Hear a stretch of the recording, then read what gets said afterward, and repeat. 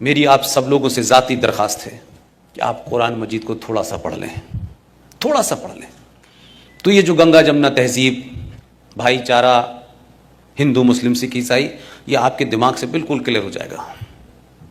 ये 1400 साल पहले, क्योंकि आजकल एक बड़ी बहस छिड़ी हुई है कि नाथूराम गॉडसे ने गांधी जी को मारा, कुछ लोग उसे आतंकवादी बता रहे हैं, लेकिन मैं तो लगातार कई जगह पूछ चुका कि सन 1947 में अगर नाथूराम गॉडसे ने गांधी जी को मारा था तो जो उस वक्त का कानून था उसकी उसको सजा मिली।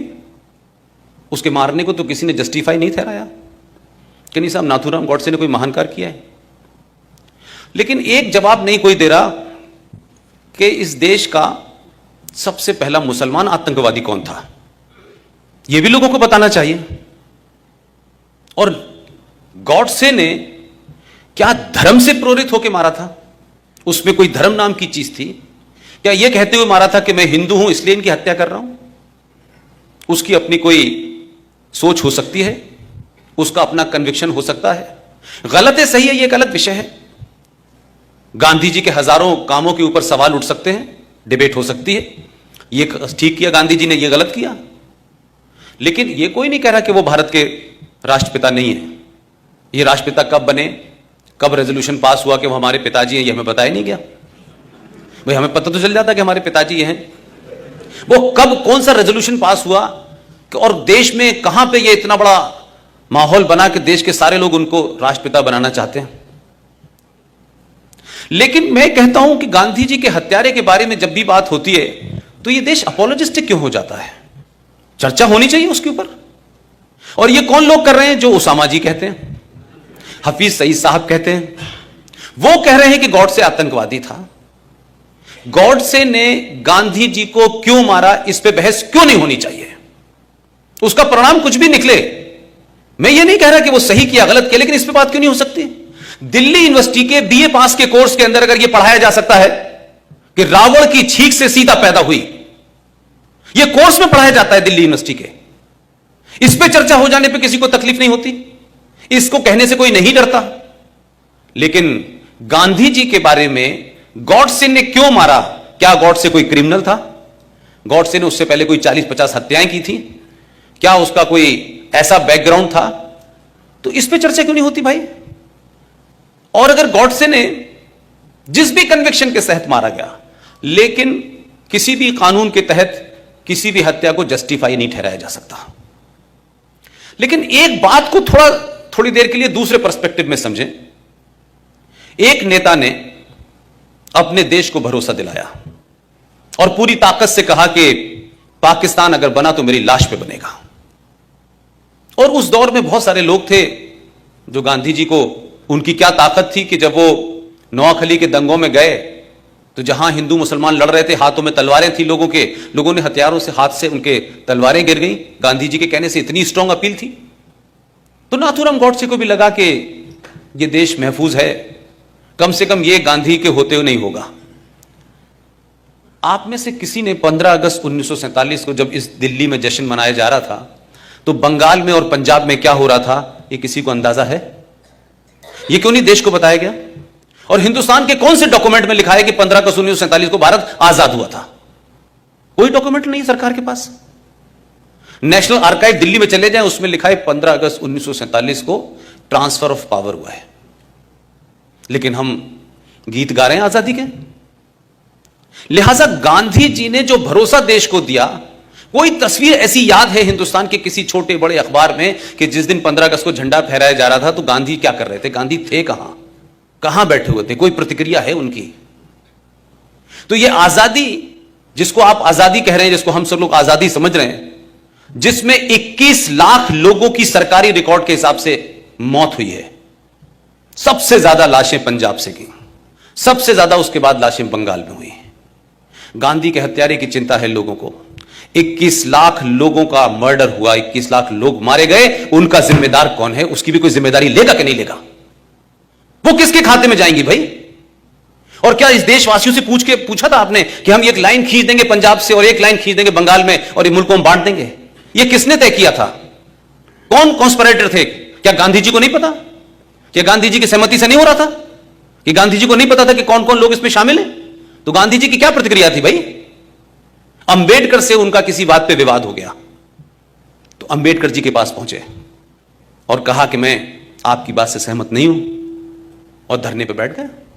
तो अंबेडकर जी के शब्द हैं, उन्होंने कहा गांधी जी आपकी जरूरत इस देश को है, आप अनशन मत करिए, मेरी बात ठीक है, लेकिन क्योंकि आप देश के लिए जरूरी हैं इसलिए मैं आपकी बात की वजह से अपनी बात वापस ले रहा हूं। फिर एक दूसरी घटना घटी, जब सुभाष चंद्र बोस को कांग्रेस का अध्यक्ष बनाया गया तब भी गांधी जी ने धरना दे दिया। मैं आज पूछता हूं, गांधी जी जब जिन्ना अपनी जिद पे अड़ गया था कि पाकिस्तान को बांटेंगे तो आप उसके सामने धरने पे क्यों नहीं बैठे थे? आप धरना देते, कुछ भी करते, ये देश नहीं बंटने देते ना। मैंने कोई एपिसोड नहीं देखा गांधी जी ने जिन्ना से बात की हो कि देश मत बांटो। तो जो आपने रवैया अंबेडकर के साथ किया, सुभाष के साथ किया, वो जिन्ना के सामने क्यों नहीं किया आपने? आप ऐसे अमरण अनशन पे क्यों नहीं बैठे कि नेहरू के ऊपर भी दबाव बन जाता?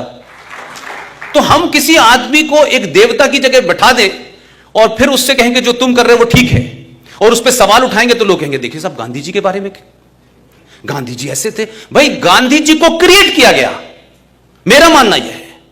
अंग्रेजों को कोई पागलपन का दौरा नहीं पड़ा था कि उनके अपना एक अंग्रेज जो कलेक्टर था उसने कहा कि मैं कांग्रेस पार्टी की नींव रखता हूं, A.O. ह्यूम, और तुम हमें मारना और हमें यहां से भगा देना।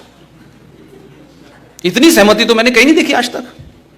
और मैं कहूं कि पूरी कांग्रेस पार्टी का चरित्र देखें अगर आप, ठीक है कि उसमें बहुत सारे लोग गए, फिर वापस निकल आए, फिर अलग अलग जगह चले गए, लेकिन कांग्रेस पार्टी का पूरा जन्म और कांग्रेस पार्टी की अप्रोच में कुछ लोगों को आप देखें कि जैसे ही इस देश में गरम दल का जैसे ही वो आगे बढ़ता था तत्काल गांधी जी अनशन, अहिंसा, हम ये नहीं करेंगे, हम वो नहीं करेंगे। जब जब भी मैंने देखा कि ये ताकतें आगे बढ़ी, गांधी जी खड़े हो गए बीच में आके।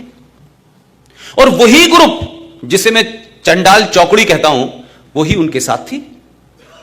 सुभाष बाबू के मामले में गांधी जी ने अनशन किया था, वीर सावरकर के लिए अनशन किया था। तो जो लोग दिल्ली में थे और दिल्ली में सुबह सुबह लिखते थे लेटर टू डॉटर मॉर्निंग, दोपहर में भी लिखते थे, शाम में भी लिखते थे। अंग्रेज पूछता था ब्रेकफास्ट में क्या लेंगे और फिर खाने में क्या खाएंगे। ऐसी जेल अल्लाह करे पूरे देश को दे दे। और एक आदमी, हजारों लाखों लोग अंडमान से लेकर सब जगह थे, उनकी कहीं इस देश में जिक्र नहीं है। तो हम ये माने कि जो हमने नींव रखी है इस भारत की, ये एक बार ढह जाए तभी ठीक है, ये बगैर ढह नहीं हो सकती। हमने ये देश इसलिए आजाद नहीं कराया था कि नेहरू जी प्रधानमंत्री बन जाएं 16 साल, और उनकी ताजपोशी जब मुमकिन होती है जब इस देश के एक आदमी को, आज के रिकॉर्ड में अगर कहूं तो 1945 में उस आदमी को अंग्रेजों से मिलकर नहीं हटाया गया। क्या सुभाष चंद्र बोस 1945 में गायब हुए, उसमें नेहरू जी के अलावा दूसरी फोर्सेज नहीं थी? और ये बात मैं इसलिए कहता हूं कि अब से 6 महीने पहले जो हम लोगों की पिछले 4 साल से लड़ाई चल रही थी वो पूरे तौर पे समाप्त हो गई। आप सबको पता होगा कि 6 महीने पहले हम लोगों ने सुभाष चंद्र बोस के सिलसिले से जो सिलसिला चल रहा था कि उनके सारे डॉक्यूमेंट को डीक्लासिफाई किया जाए, वो क्लासिफाई भी हुए। लेकिन बड़ी लड़ाई ये थी कि भारत का प्रधानमंत्री पहली बार आजाद भारत में 15 अगस्त के अलावा 21 अक्टूबर को जब सुभाष चंद्र बोस ने यूनाइटेड भारत में आजादी की घोषणा की थी, उस वक्त मेरा ख्याल है कि दुनिया के 11 देशों ने उसको मान्यता दी थी।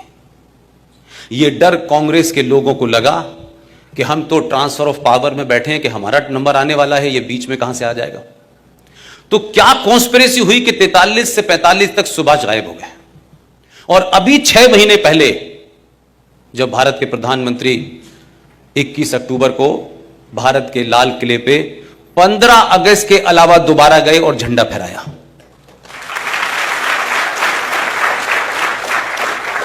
नरेटिव को बदलने में समय लगेगा।